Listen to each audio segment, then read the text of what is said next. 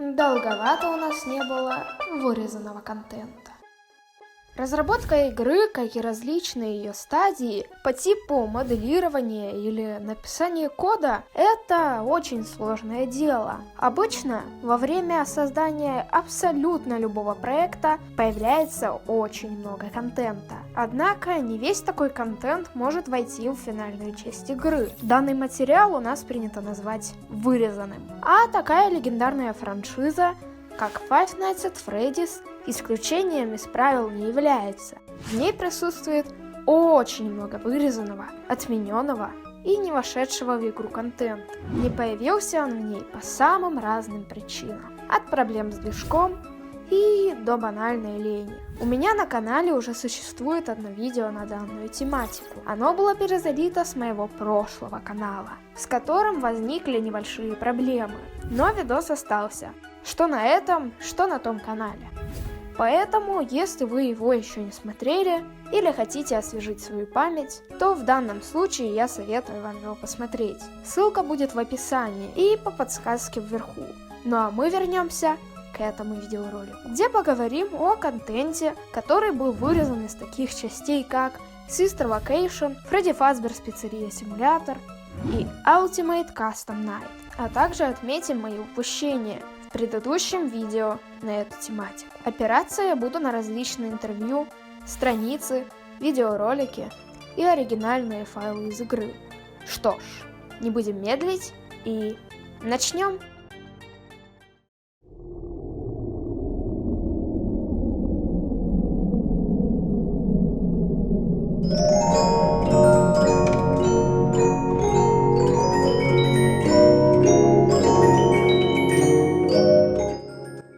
Довольно-таки интересной и важной частью любой игры является геймплей. Что уж сказать, по сути это и есть главная основа игры, вместе с лором и сюжетом. Однако сегодня мы вряд ли много поговорим о последних двух, в отличие от первого, ибо о геймплее, поверьте мне, есть что сказать. Даже в самой первой части игры были вырезаны такие фишки, которые бы изменили абсолютно всю игру с ног на голову, буквально. К примеру, в одной из первых бета-версий данной части франшизы, когда у вас заканчивалась энергия, кроме того, что к вам приходил главный антагонист игры Фредди Фазбер, так еще и двери закрывались, если в момент, когда она кончилась, они были открыты, или, напротив, открывались, если были закрыты. На данный момент двери, вне зависимости от того, закрыты они или открыты, всегда открываются после того, как энергия закончилась. Вырезать такую, скорее, геймплейную часть игры было довольно-таки верным решением, ведь если бы она присутствовала в игре,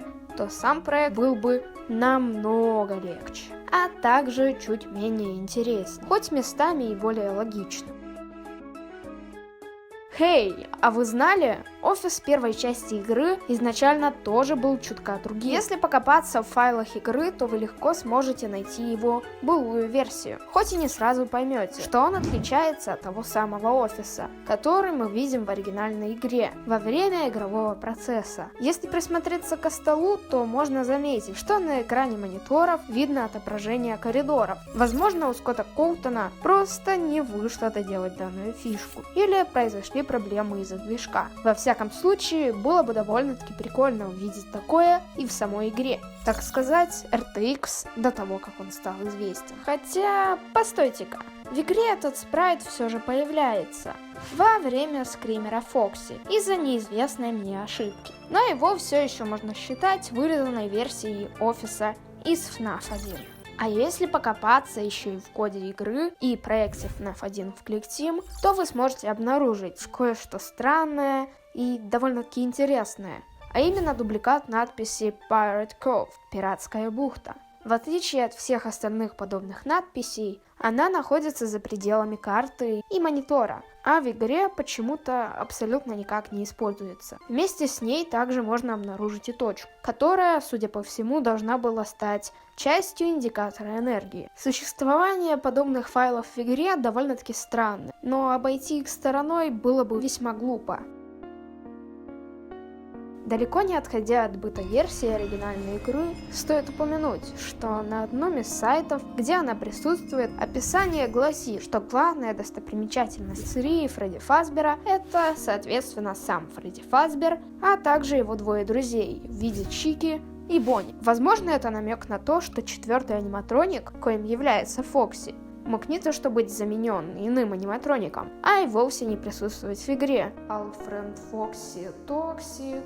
Однако я считаю, что это слишком натянуто. Особенно если учитывать то, что Пиратская бухта и некоторые связанные с Фокси вещи уже присутствовали в игре во время ее бета-теста. А причиной неупоминания Фокси в описании могло послужить то, что Скотт хотел сделать его сюрпризом для тогдашних фанатов и игроков в первой части будущей франшизы. Последняя вещь, связанная с бета-версией FNAF 1, первое название игры. Изначально она могла называться по-иному. На это дают намеки следующие вещи. Название файла бета-версии, Five Nights Demo, а также удаленный из канала Скотта видеоматериал, имя которому Five Nights. Но нам все еще стоит учитывать, что при выходе бета-версии 1.1 в главном меню уже висела надпись Five Nights at Freddy's. Однако откидать вариант того, что игра изначально могла называться Five Nights, не стоит. Судя по файлам игры, звук скримера изначально должен был идти чуть дольше, ибо в них он идет около 5 секунд, а во время игрового процесса около 2. Их звучание вы можете сравнить прямо сейчас.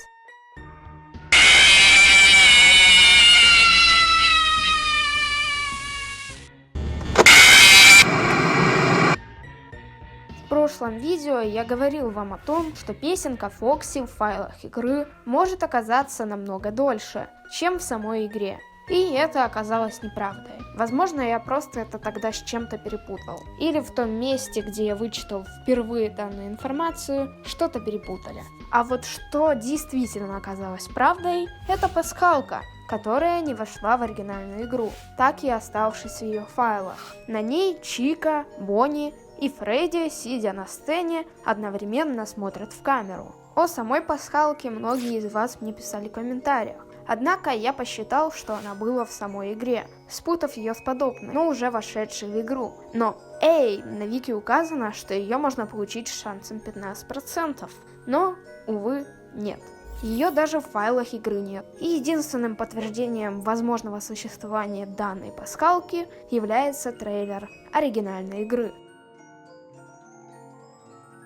Что уж сказать, на Западе многие пытались найти эту пасхалку, но у них ничего не выходило, и они были в недоумении.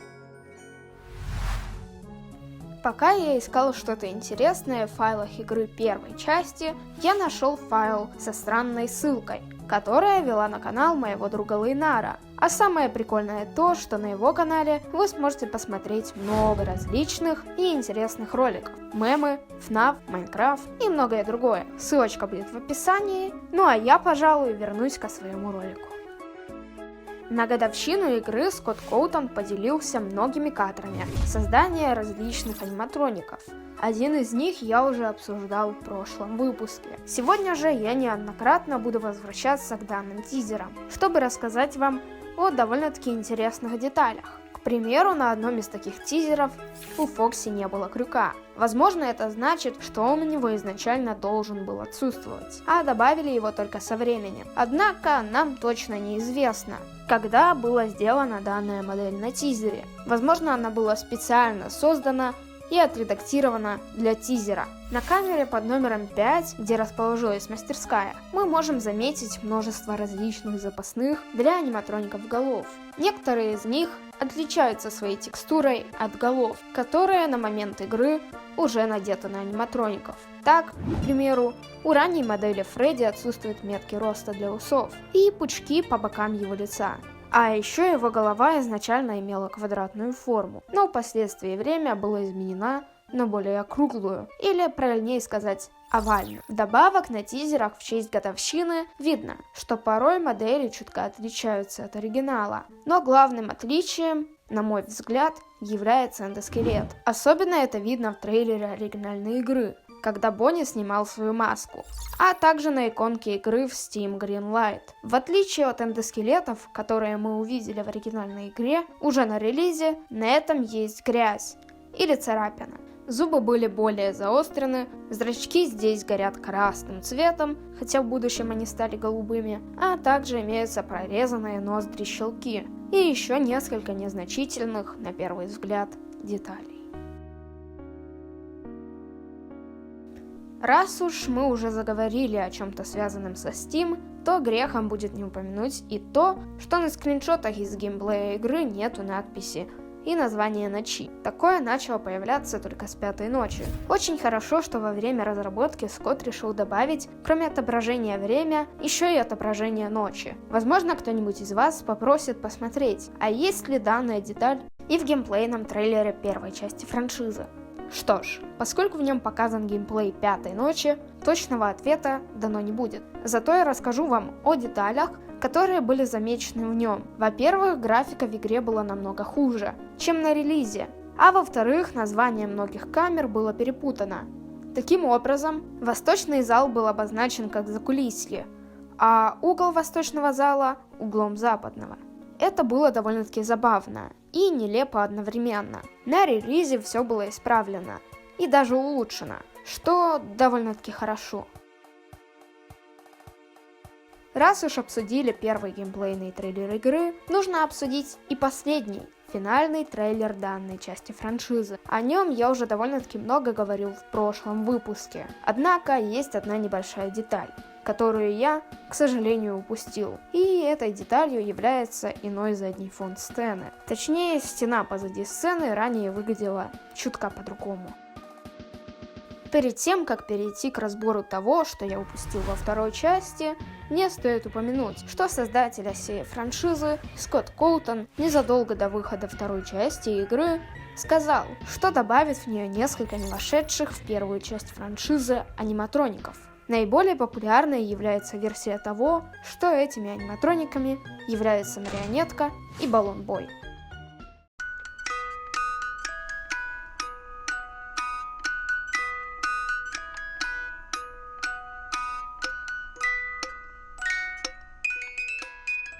Что же, поговорив о аниматрониках, которые были вырезаны из FNAF 1, поговорим о точно таких же, но уже во Five Nights at Freddy's 2. Начнем, пожалуй, с Пейпер Плата. В игре он все еще остался и даже может попасть в ваш офис, но полноценным аниматроником не считается. Однако в файлах игры можно найти искусственный интеллект, который принадлежит ему и отвечает за его попадание в офис. Далее на очереди у нас идет Sock Puppet, марионетка-носок. Вероятнее всего, это первоначальное название марионетки, но вполне возможно, что это иной аниматроник, который был вырезан из финальной версии игры.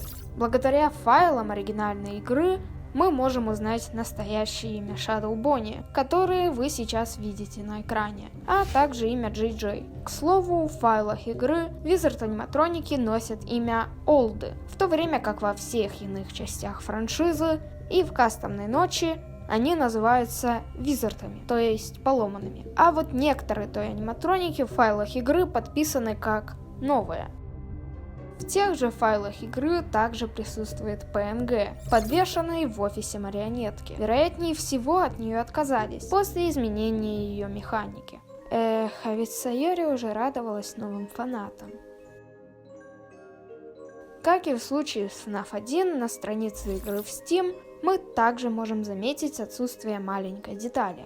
В случае с FNAF 2 это надпись «Фонарик» над батареей. Данная деталь дает нам понять, что это заряд батареек от фонарика. Они, как в первой части игры, абсолютно всей энергией. В Steam, кстати, мы можем взглянуть на трейлер второй части игры и услышать там одну небольшую строку, которую произносит Фонгай, и которая впоследствии в полную версию игры уже не вошла.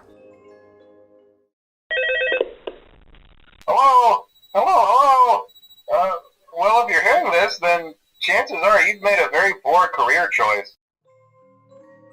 На одном из тизеров к 5 ночей с Фредди 2 внешность Фокси была взята из первой части франшизы. А вот Мангл действительно имела крюк, и выглядела она не такой уж и разобранной. И вроде как Скотт поначалу хотел сделать огромную пиратскую бухту для Фокси и Мангл, но на локации ей не нашлось места. Поправьте меня, пожалуйста, в комментариях, если это, конечно, не так.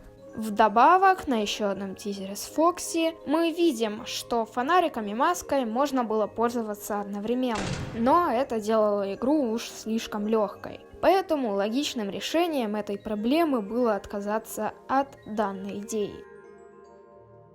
Помните, в прошлом ролике я говорил о индикаторе токсичности? Так вот, я также забыл упомянуть, что у него была небольшая анимация.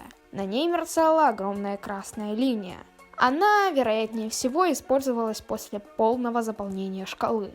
В мини-играх также имеется немало вырезанного или не вошедшего в игру контента. К примеру, некоторые файлы имеют странные названия по типу «Ты не сможешь», «Он был здесь», «Мужчина» и так далее. А за пределами карты одной из мини-игр имеется надпись «Это он». А в проекте таких мини-игр как «Фокси, беги, беги, беги» и «Подари подарки, подари жизнь» можно найти неиспользуемые текстуры злых детей, Шарлотты и фиолетового автомобиля Уильяма Афтона и из других мини-игр. Что же, под конец повествования о моих упущениях во Five Nights at Freddy's 2 я бы хотел упомянуть спрайт Чики под столом. Я уже говорил о нем в прошлом ролике, но тогда я не смог его найти. А теперь, когда он найден, вы можете взглянуть на него. Также многие из вас мне писали о том, что Скотт планировал анимацию, где Чика снимает свой клюв. Но движок такого, увы, не выдержал. Я не знаю, насколько данная информация достоверна, но упомянуть ее все же стоит. Также в прошлом ролике я рассказывал вам о нескольких кадрах с марионеткой во FNAF 3 и с FNAF 2. Оказывается, некоторые из них были найдены в меню второй, а позже и третьей части сей франшизы. Но последней мною названной они были только из-за модификации кода второй части. Так что все мои теории и предположения, связанные с ними, отменяются.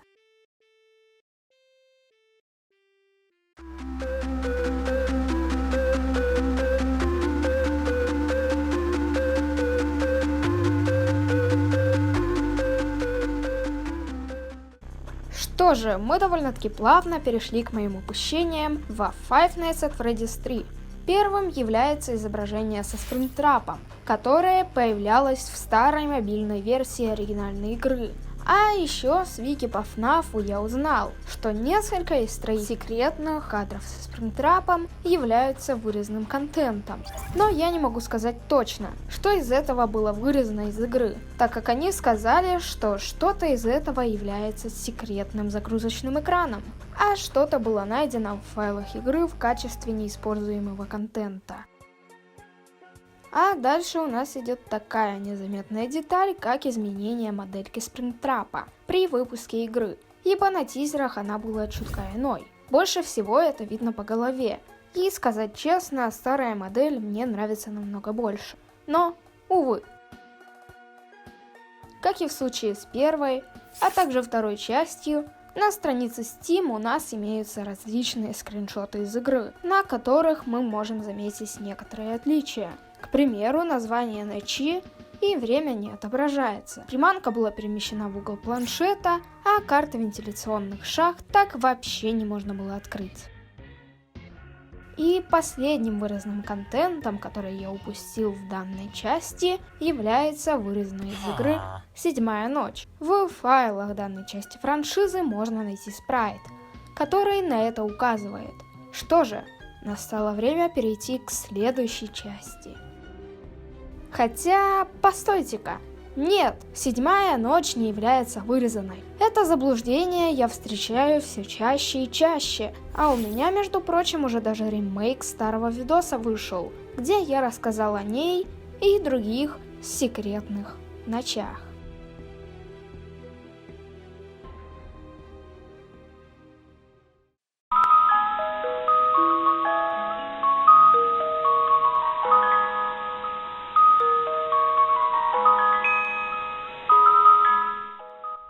В файлах четвертой части франшизы мы можем заметить, что кошмар и режим 4/20 называется Тенью Фредди. Также на одном из тизеров в честь годовщины серии игр Five Nights at Freddy's мы можем заметить, что Фредлы поначалу назывались Мини Фредди. Но фанаты дали им иное имя, из-за чего уже в FNAF World они официально были названы Фредлами. А на одном из тизеров к игре у Фредбера была иная цветовая гамма, которая сильно напоминала Кошмара, который, к слову, является единственным аниматроником, который ни разу не появлялся на тизерах к игре. Также другая внешность на тизерах была и у Плюштрапа, который казался более темных оттенков. Но в случае с данным тизером так может лишь казаться из-за его темного и мрачного освещения. На одном из тизеров FNAF 4 к своему хэллоуинскому обновлению мы могли увидеть Мангл, у которой был чутка иной дизайн. А также она свисала с потолка, из-за чего многие фанаты подумали, что она будет передвигаться по нему и в игре. Однако она появилась за место Фокси и была фактически в тех же позах, что и он. В трейлере Five Nights at Freddy's 4 мы могли лицезреть скример кошмарного Бонни, который чутка отличается от того, что мы увидели в финальной версии игры. Больше всего он отличается своим звуком.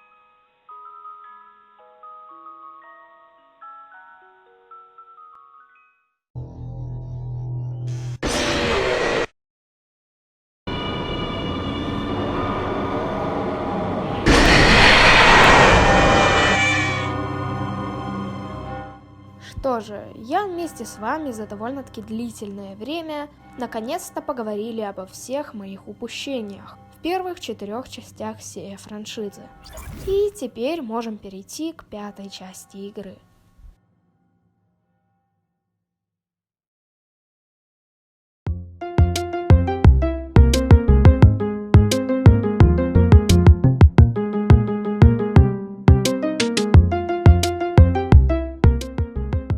Что ж, вот мы наконец-то и начали разбирать вырезанный контент локации сестры.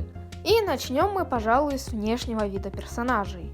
После прохождения игры полностью в меню экстра можно увидеть постепенное создание персонажей из игры.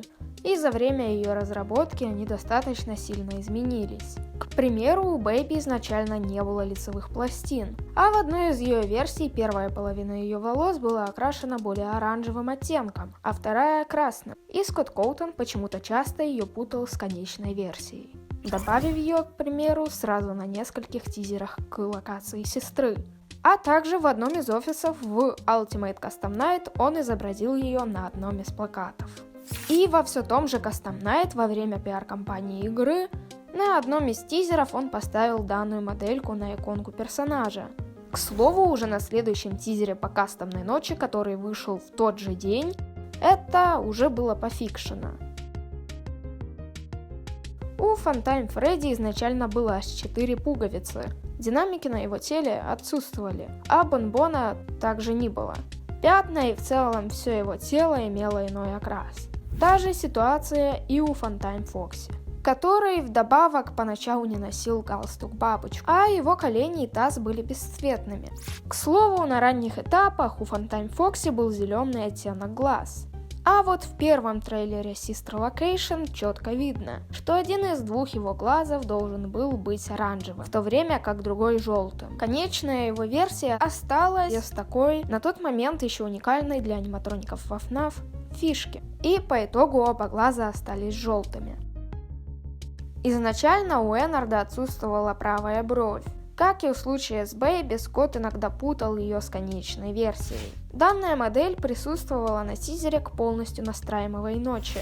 Но, что примечательно, как и в случае с Бэйби, это исправили уже на следующем тизере, а также была использована в игре FNAF VR Help Wanted. А вот, судя по одному из тизеров к сестринской локации, его глаз изначально имел красный окрас. В нашем огромном комьюнити уже давно существует теория, которая гласит, что Элизабет Афтон изначально должна была иметь окрас волос, как у Бэйби. Ведь внешность Бэйби основана именно на ней, а у Бэйби цвет волос совсем уж иной. Также один из зрителей в комментариях подсказал мне, что, возможно, изначально планировалось, чтобы создателем фантайм-аниматроников был Генри.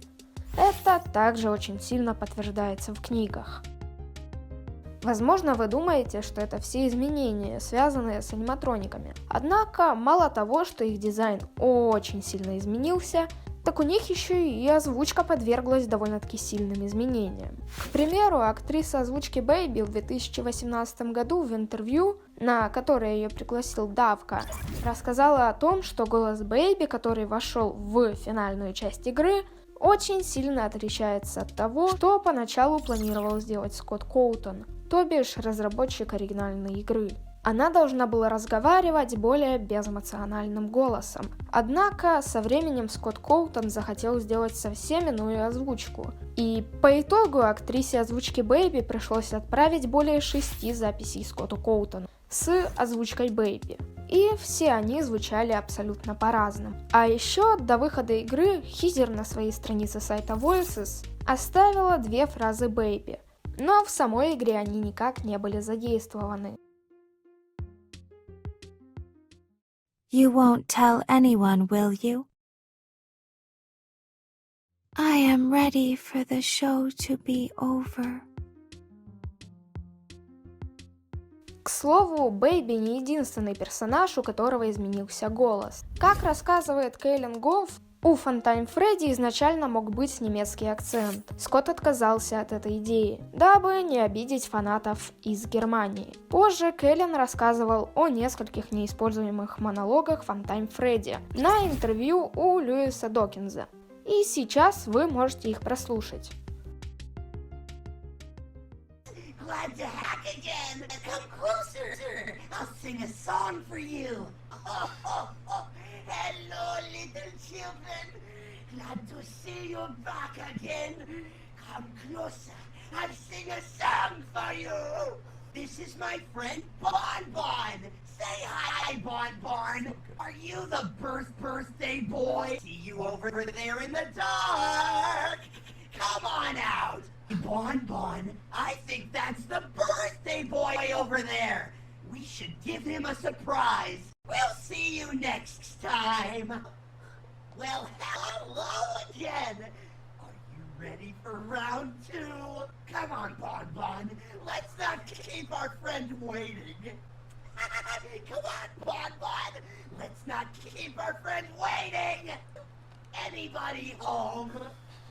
You sure? Okay, let's go get him in 3, 2, 1. Pooper. Oh, what a party pooper. Oh, birthday boy. Come out wherever you are. Oh, birthday boy. Come out wherever you are. Get ready for a surprise. Get ready for a surprise. Get ready for a surprise. У Балоры также были некоторые неиспользуемые фразы. В один момент Мишель Мосс опубликовала на своей странице сайта Voices некоторые фразы аниматроника, без обработки, из-за чего они звучали не так, как в оригинальной игре. Но свое внимание я хочу заострить на другом, а именно на том, что там присутствовала реплика, которая впоследствии почему-то не вошла в финальную часть игры. Забавно, но после данной утечки Скотт Коутон опубликовал тизер, где он якобы отменил игру. Но давайте вернемся к Балоре и ее озвучке. На конференции SAC Anime Мишель рассказала, что ее любимая реплика в озвучке Балоры – песня, которую та напевала на одной из ночей. Однако была еще одна очень страшная реплика, которую ей не можно было называть по некоторым причинам. Позже, на интервью уже у всем известного Давка, она рассказала о некой фразе, которая не вошла в финальную версию игры. После этого некоторые фанаты подумали, что когда она отвечала на вопрос на той самой конференции, она имела в виду именно эту фразу, которую вы сейчас можете прослушать. I won't bite. Well, maybe just a little. Is it time for the show? Во все том же первом трейлере сестринской локации мы могли услышать некоторые реплики Бидибаба, которые не вошли в финальную часть игры. Однако вполне возможно, что они были записаны исключительно для трейлера самой игры. Их прослушать вы можете прямо сейчас.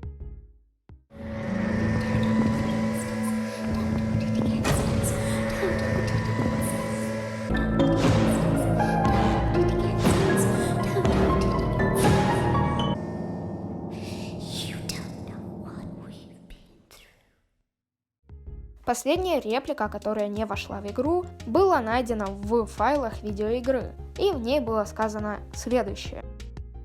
Glass pressure trigger. Please do not push against the glass.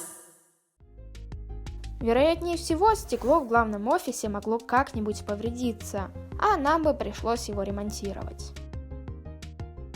Что же, настало время поговорить о самом интересном. Первоначальная версия модуля контроля слегка отличалась от своего итогового варианта. Вентиляции здесь были прикрыты настоящими решетками, но позже были оттуда удалены. И сказать честно, так данная локация выглядела чутка, но лучше, чем ее итоговая версия. Но, увы. Следующие интересные изменения — это 2 скриншота, которые были найдены в файлах игры, но в саму игру, увы, не вошли. На первом мы можем лицезреть Бэйби с очень сильным красным оттенком. Игроки предполагают, что это отмененный экран смерти. А на втором у нас был виден довольно-таки интересный кадр с Беллорой, которого в самой игре и не было. Вероятнее всего, он появлялся на второй ночи, после того, как игрок ударил Беллору током. На очереди у нас довольно-таки небольшие, но интересные кадры. Первым является золотая звезда, которая должна была появляться в меню игры. Но в финальной версии игры в меню мы видим практически такие же звездочки, только уже синего цвета. Однако подобное мы можем лицезреть в Custom Night. А далее у нас идет самый жуткий и непонятный кадр. Да, это улыбка. Вероятнее всего должна была появиться, когда Майкл Афтон смотрел на свое отражение в стекле.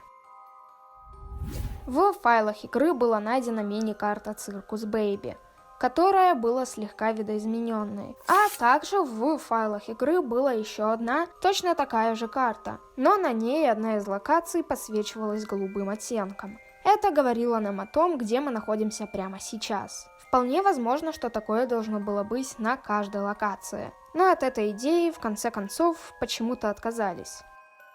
На все тех же тизерах к годовщине франшизы Five Nights at Freddy's мы могли увидеть тизеры с экзотическим маслом, а если быть точнее, маргарином. Именно так он назывался изначально.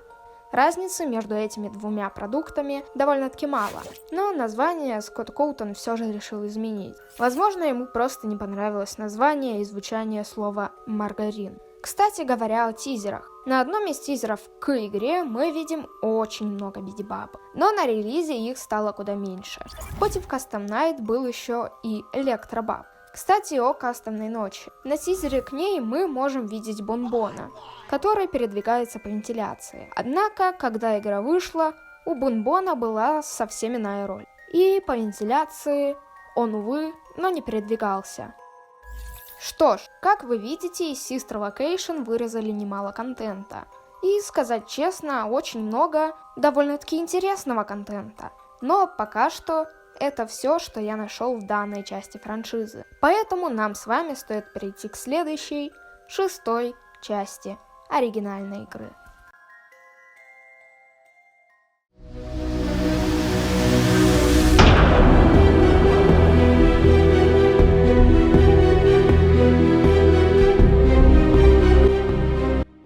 ФФПС полон вырезанного и интересного контента. И пускай по сравнению с другими частями его не так уж и много, поговорить действительно есть о чем. А начнем мы, пожалуй, с того, что в файлах игры были найдены несколько подобных файлов, которые показывали, сколько денег или фастрейтинга мы заработали. В финальную часть игры вошел только один из них, но было еще 3 варианта. Вероятнее всего, Скотт просто тестировал, какой дизайн будет смотреться лучше всего. На очереди у нас вот такой вот спрайт. А точнее спрайты. В файлах игры была найдена анимированная белая звезда. Ее истинное предназначение мне неизвестно. Но, возможно, изначально в игре сертификатов и не было, а были по классике жанра только звездочки, которые мы получали за прохождение игры.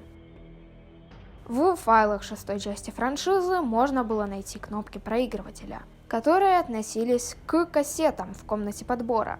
Благодаря им мы могли перемотать запись назад или вперед, а также прекратить или возобновить проигрывание. К слову, в самом FPS все еще можно поставить проигрывание на паузу и возобновить его. Также в файлах игры были найдены анимации нажатия. Лично я считаю, что перемотка очень сильно бы облегчила игру, а также ускорила ее. Поэтому вырезать такую фишку решение скорее верное, чем неверное. Дальше у нас идет еще одна подобная кнопка воспроизведения, но она, вероятнее всего, должна была быть задействована в меню игры, чего по неизвестным мне причинам не случилось. Маленький Фредди, именно так называлась уменьшенная версия Funtime Freddy в файлах игры в FPS. Позже, уже в Ultimate Custom Night, он получил себе имя Helpy. Кстати, интересный факт. Сам FPS в файлах игры называется шестым FNAF, однако такого нету в Sister Location или Ultimate Custom Night и FNAF Fair Help Wanted. Все скримеры в игре были изначально другими, но из-за жалоб от критиков Скотт решил их исправить и переделать, ибо они были не страшные и некачественные.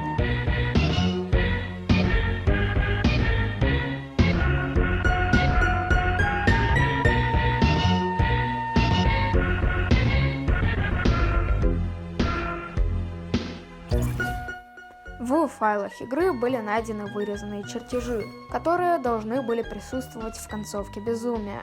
Они в очередной раз подтверждали тот факт, что в Molten Freddy находился Funtime Freddy, Funtime Foxy, а также Ballora. Причина, по которой они были вырезаны из игры, мне все так же неизвестна. Когда-то давно Скотт объявил об отмене шестой части FNAF.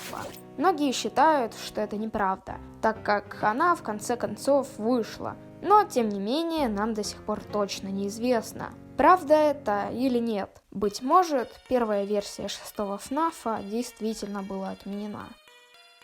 Последнее из вырезанного контента по шестому FNAF связано одновременно и с ним, и с его продолжением Ultimate Custom Night. Изначально он был всего лишь DLC к Freddy Fazbear Pizzeria Simulator, наподобие кастомной ночи для Sister Location. Однако проект вышел таким огромным, что Скотт решил сделать его отдельной игрой. Но и самой кастомной ночи изначально тоже могло не быть. В одном из своих постов Скотт Коутон спросил у фанатов о том, какое DLC к FNAF 6 они хотят увидеть. Среди вариантов была кастомная ночь и режим бесконечной работы. Скотт пообещал добавить оба режима со временем. Победил, как вы понимаете, Custom Night. А режим бесконечной работы, несмотря на то, каким интересным он мог бы выйти, вряд ли уже появится на свет.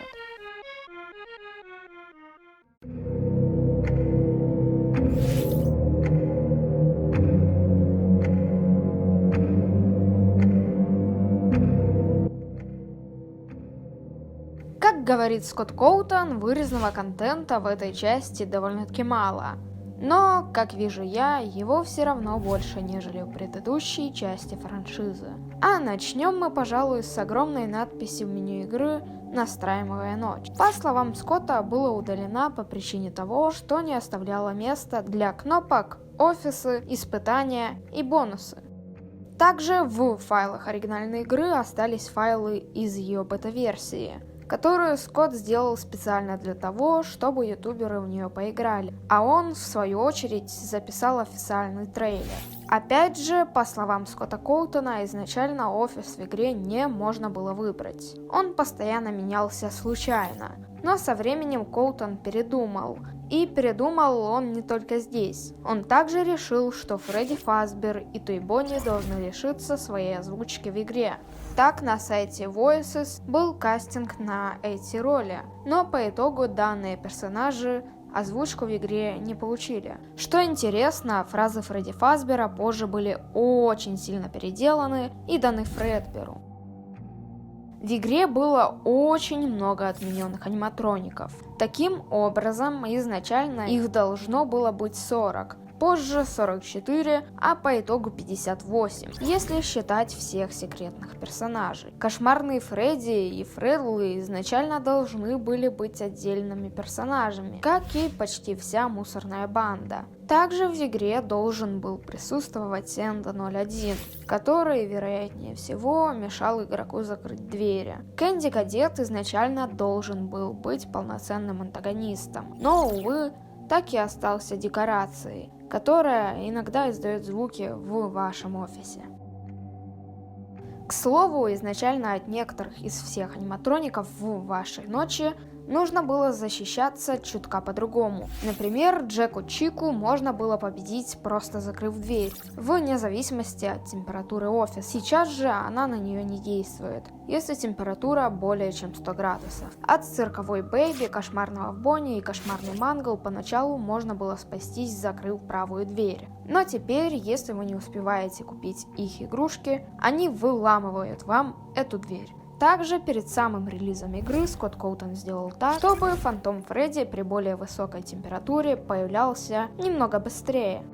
В файлах игры была найдена анимация Банет, похожая на анимацию в кастомной ночи Sister Location, однако в игре она никак не задействована. А у той Бонни и той Чики изначально была иная анимация. Судя по тизеру, они реально должны были выходить из шахт, или что-то вроде этого. К слову, на выходе игры у них действительно была иная, забаганная анимация. Они были сильно наклонены, из-за чего через несколько дней Скотт Коутон выпустил новое обновление для игры. Вдобавок, в файлах игры можно было найти спрайт Rockstar Чики в западном коридоре. Однако по итогу его отразили по горизонтали, позже заменив на новый и добавив его в восточный зал. И, на мое скромное мнение, это абсолютно верное решение. Спрайт действительно стал выглядеть лучше, однако изначальную его версию все еще можно найти в файлах игры. Последнее, что было изменено, на мой взгляд, является самым важным изменением в игре. И это офис. Судя по тизерам, Скотт добавил игрушку-гусеницу и немного переместил манекен Фредди из «5 ночей с Фредди 3» чуть вправо. Лично я думаю, что этот офис все равно получился так себе. Ведь здесь нету Леона из Бравл Старс. Ой, точно, это же FNAF. Что ж, спустя столько месяцев, наконец-то я могу вздохнуть с облегчением. Видео перемонтировалось, а сценарий переписывался неоднократно. У многих и вовсе пропала надежда на вторую часть данной рубрики. Я постараюсь сделать следующий выпуск еще лучше и качественнее, но обещать какой-либо даты не смогу. От вас я попрошу лишь лайка, подписки и комментария, если вам, конечно, понравился данный видеоматериал, а также мой контент. Что же, надеюсь, мы сможем набрать 200 лайков на данном видеоролике. Если я что-то забыл, напишите об этом, пожалуйста, в комментариях. А также не забудьте написать там свое мнение и критику видоса. Я надеюсь, видео вам понравилось. А на этой ноте мы пока что временно прощаемся. Удачи вам и пока!